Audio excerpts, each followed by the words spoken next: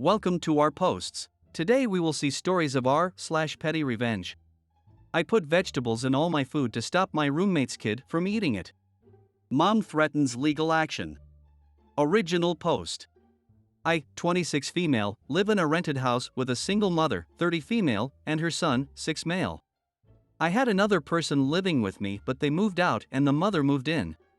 I don't mind living with her and her kid. It's fine and we kind of do our own thing. I spend a lot of time at my boyfriend's place or working. Our work schedules collide, so we really don't interact much, but when we do it's fine. No issue there. I want to start with saying that she clearly struggles financially, but I don't think it's an excuse. I don't make lots of money either. However, I've noticed that my food would go missing or portions would be taken from it. I assumed it was her kid, so I asked her if she'd stop him from eating my food. I was calm about it and she just said she would. It didn't really upset me when it first started. It started getting annoying when I'd get home from work and expect to have a meal's worth of leftovers in the fridge only to see it picked through or just gone. I kept bringing it up and she started getting annoyed with me bringing it up. Just from observing them I realized that neither of them ever eat vegetables. And judging by the food that would get picked through and the food that would be untouched, anything with green in it was avoided. Orange chicken would be gone, but chicken and broccoli would be untouched. So I started putting vegetables in everything. I find vegetables to be delicious. And anything green or not a potato does not get eaten. So I could mix some bell peppers into the food and it would be fine. I make a big portion of vegetables pretty frequently anyway, so I just started putting it in everything I eat. If I had leftover mashed potatoes, I'd pour green beans in and mix it up. If I had leftover cheesy and bacon fries, I'd pour broccoli all over it and mix it in. Usually my homemade stuff has vegetables in it, but I started making sure everything did. I made a pot of mac and cheese, the kids' favorite thing, and poured in roasted Brussels sprouts, which is actually delicious to me, and I'm eating more vegetables, so it's a win-win. She had been seeming annoyed, but we were all home when I made the pot of mac and cheese. She was in the living room and saw me get out the Brussels sprouts and was like, "What are you going to do with that?" And I poured them in. She said I was being greedy and annoying. I just said I like Brussels sprouts and that was it. She said we need food and I told her to go get some. Or stop buying only pre-packaged things and your money will go further. I think she sees this as some big act of revenge, but I just simply want to be able to eat my food. Also want to add that the sharing is not the issue. It's expecting to have food there and it's not. So often I'd be working a long day and get home expecting to have a meal's worth of food and it all be gone. Or I wake up in a rush and had my food ready to eat in the morning only to find it gone. So now I have to skip breakfast. If she would simply text sometimes, "Hey, is it okay if we eat food item?" I would know and know to make other plans.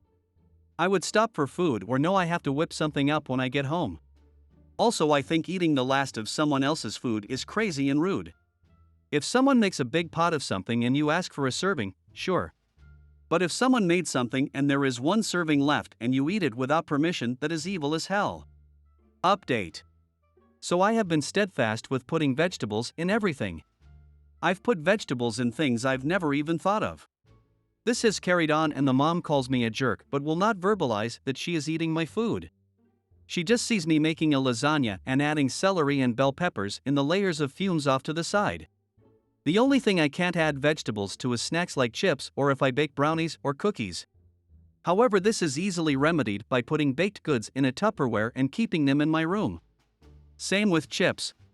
As I have previously stated, the sharing is not the issue. Recently the kid knocked on my door and asked if he would have a bag of microwave popcorn. I said yes and gave him one. All of this would be way less annoying if she'd just text, "Hey, can I have some of this?" and waited for my response before just helping herself. I do feel for the mom because she clearly struggles with cooking and trying new foods. She is older than me and winces at the thought of biting into anything green. And it is spreading to her kid, but it's no excuse. A few days ago I was making taco meat out of ground beef and like usual she was looking without looking. She was off to the side watching my every move but trying her to look normal. I made a dish the day before that involved sautéed mushrooms and cut up peppers. So when the meat was almost ready, I opened the fridge and she freaked when she saw me holding the mushrooms. She said, "Son's name, hates mushrooms," and I just poured them in the pan and mixed along with the cut up peppers. This caused her to react in a way I'd never seen from her before. She was yelling and stomping around the kitchen while the kid just watched. Felt bad for the kid to have to see his mom like that. People were worried about her tampering with my food. I don't think she's the kind to do that, but if she did, I would report that right away. She was flipping out, but she didn't snatch my food or knock anything over. She was opening and slamming cabinets, and it was all very silly. Then she started going off about how she is going to get the authorities involved. I just told her sure and that she needs to relax. She seemed genuinely upset and stressed, and I told her that I understand being a single mom is hard, but she needs to use her government assistance more responsibly. She'll come home with cold mac and cheese, sushi, and chicken from the grocery store prepared foods and blow all of it on that. I suggested food pantries and buying ingredients that last a while like potatoes. She said I was being condescending and I always have food to eat. This is to address that. Just make a portion of your food and set it aside for her and the kid. I do not make enough money to regularly feed to other people. If every now and then she asked for some of my leftovers, sure. But this is a consistent thing that was happening.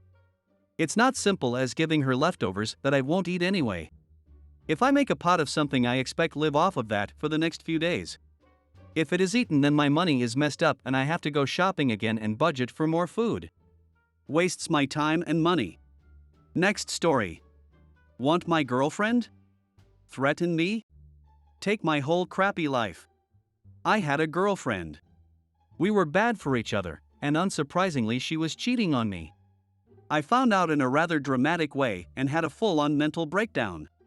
Dude who she was cheating with had been fed a bunch of lies to keep him from talking to me, and he started threatening me with violence.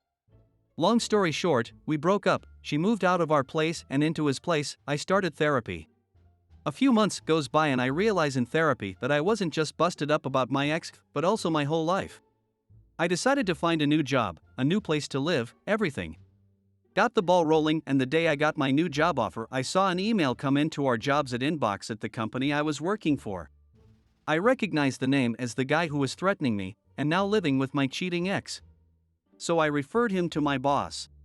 Talked about how he was great, I'd only heard good things, and hey, because I was putting in my 2 weeks, they should definitely hire him. Dude comes in for an interview, I'm on the panel. When we're in the room together alone, he's like, dude, I'm sorry bro for all of the things I said, thank you so much for helping me out. I say no sweat, she always had good things to say about you and I know that she had a good picker, after all she chose both of us, and we chuckled like polite people. He actually does okay in the interview and gets the job. That job was a crap show. I'm not exaggerating when I say that it is the worst job I ever had. The place that I was moving to was paying twice for a third of the work. I was so relieved to be leaving. When I moved out of my place a month later, my landlord asked if I knew anyone who was looking. Gave her the guy's phone number. That apartment was charming as F when you first see it, but was similarly absolute trash, but you didn't know that until you were living there. My buddy from my old job told me he got the call for it at work and jumped on it. So I knew he had my old crappy job, my old crappy place, and my old cheating girlfriend. I hope he enjoyed my life more than I did, but somehow I doubt it. I do know that they broke up about 2 months later. Next story. Ex lies during divorce to have me jailed, and instead he is left with remorse. I was getting divorced in the early 90s.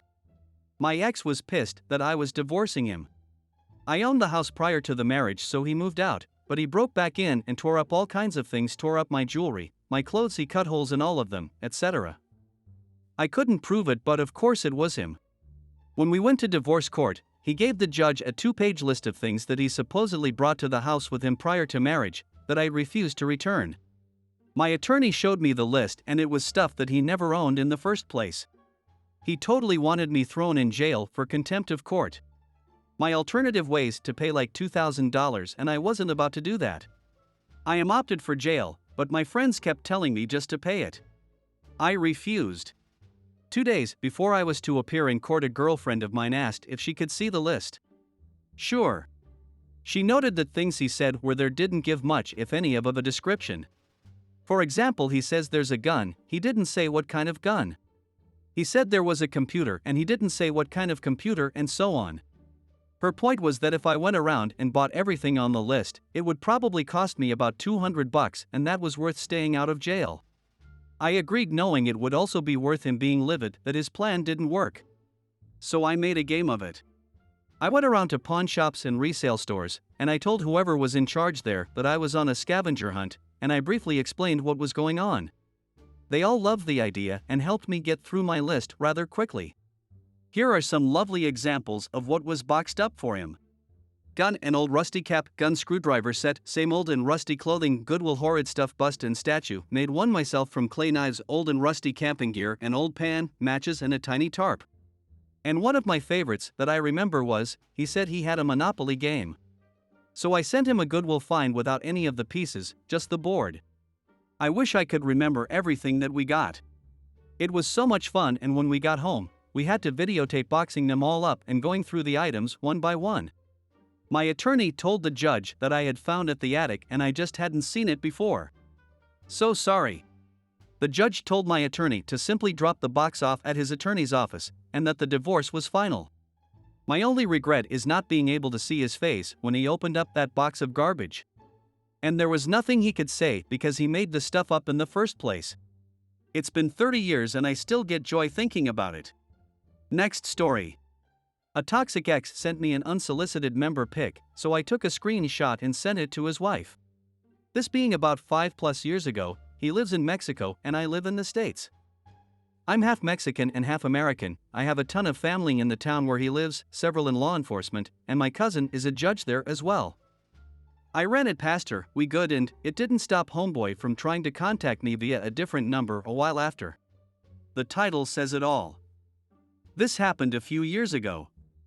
I was with a guy for almost 2 years, and ended it when I caught him cheating after suspecting it for a while. Several years passed by, and he kept trying to talk to me and get us back together, all before and after he got this girl pregnant and married her. I blocked him for several years. He'd try to talk to me via other numbers, I blocked them too. I had deleted WhatsApp for a period of time, reinstalled it later to use, not realizing after deleting the account and reinstalling it, it removes blocked numbers from the account. Sure enough, after some time, he tried talking to me again, confessing his undying love. He was married with 2 kids at this point. Before I had a chance to block him, since I was busy at work, he sent me a pretty graphic photo of his member. The photo was in his supposed bedroom with plenty of background details of the room. I snapped a photo of the one-sided conversation and proverbial unsolicited image and sent it to his wife via Facebook Messenger. My family knows his family, so she wasn't difficult to find, despite him being blocked on my end. I kept it brief, but I told her I'm his ex he cheated on, to be wary of his ways, and that I'm sorry to have to show her this. I blocked his number again, keeping in mind about keeping WhatsApp activated, and moved on with my life. They are still together in a seemingly turbulent marriage. I feel terrible because they have kids and she seems like a nice person, but he's a piece of junk. I felt this was appropriate to share here. I hope you guys like this video. If you did, make sure like, comment, share and subscribe the channel or posts.